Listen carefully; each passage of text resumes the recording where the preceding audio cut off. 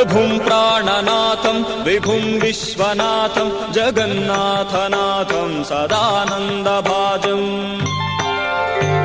भवद्भव्यभूतेश्वरं भूतनाथं शिवं शङ्करं शम्भुमीशानमीडे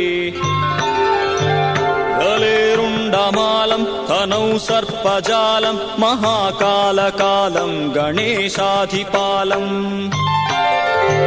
जटाजूटगङ्गोत्तरङ्गैर्विशिष्यं शिवं शङ्करं शम्भुमीशानमीडे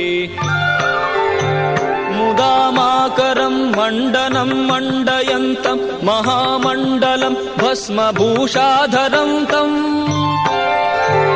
अनादिं ह्यपारं महामोहमारं शिवं शङ्करं शम्भुमीशानमीडे वटाधो निवासं महाट्टाट्टहासं महापापनाशं सदा सुप्रकाशम् गिरीशं गणेशं सुरेशं महेशं शिवं शङ्करं शम्भुमीशानमीडे गिरीन्द्रात्मजा सङ्गृहीतार्धदेहं गिरौ संस्थितं सर्वदा सन्निगेहम् परब्रह्म ब्रह्मादिभिर्वन्द्यमानं शिवं शङ्करं शम्भुमीशानमीडे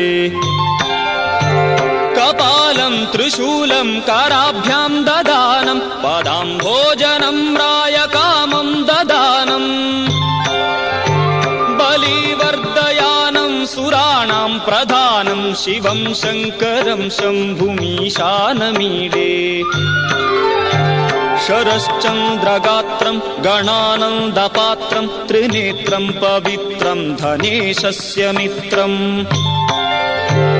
अपर्णाकळत्रं सदा सच्चरित्रं शिवं शङ्करं शम्भुमीशानमीडे हरं सर्पहारं चिताभूविहारं भवं वेदसारं सदा निर्विकारम्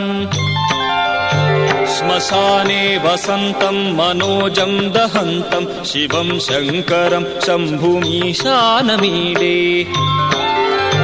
स्वयं यः प्रभाते नरः शूलपाणे पठेत् स्तोत्ररत्नं विहप्राप्य रत्नम्